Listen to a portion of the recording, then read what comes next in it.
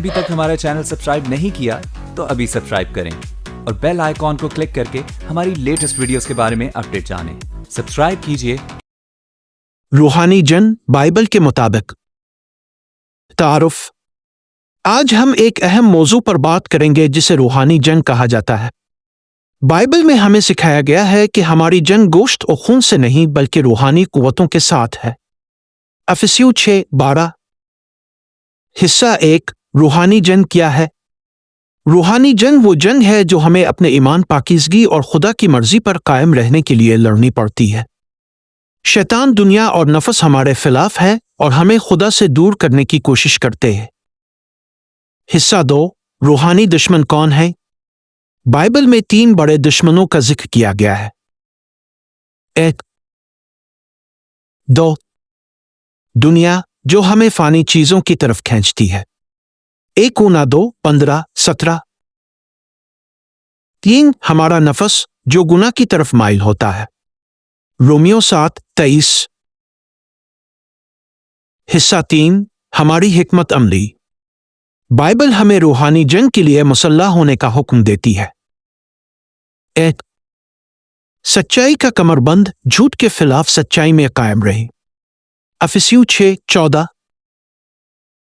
2۔ راست بازی کا بختر، گناہ کے حملوں سے بچنے کے لیے راست بازی کا لباس پہنے۔ 3۔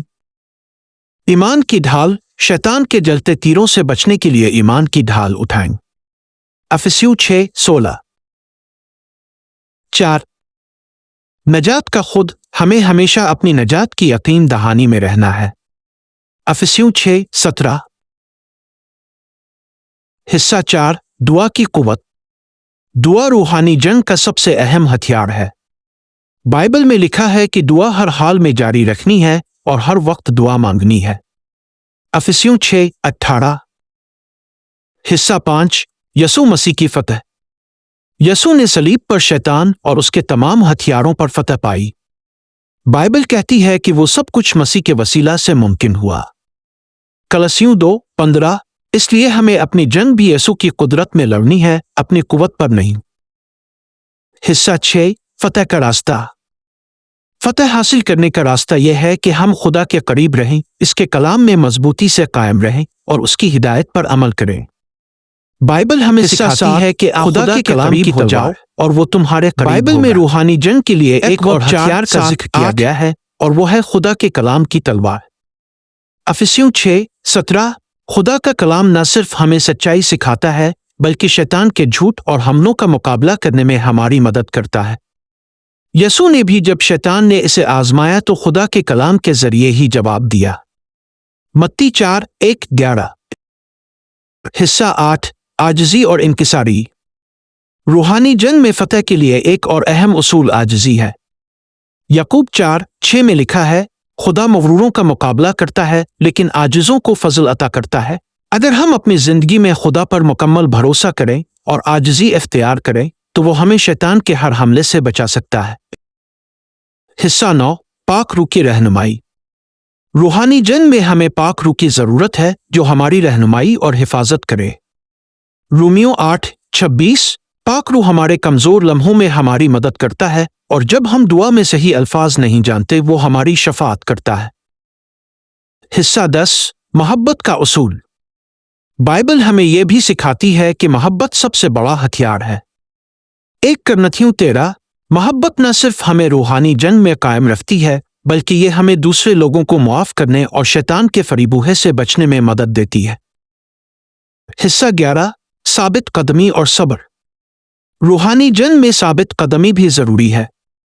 بائبل ہمیں سکھاتی ہے کہ جو آخر تک برداشت کرے گا وہ نجات پائے گا۔ متی 24:13۔ ہمیں مشکلات اور آزمائشوں میں صبر کے ساتھ قائم رہنا چاہیے کیونکہ خدا اپنے وقت پر ہمیں فتح عطا کرے گا۔ حصہ 12۔ مسیح میں ہماری پہچان۔ ایک اور اہم پہلو جو ہمیں روحانی جنگ میں مدد دیتا ہے وہ ہماری پہچان مسیح میں ہے۔ بائبل کہتی ہے کہ ہم مسیح میں نئی مخلوق ہیں اور ہمارے پرانے گناہ معاف ہو چکے ہیں۔ 2 کرنتھیوں 5:17۔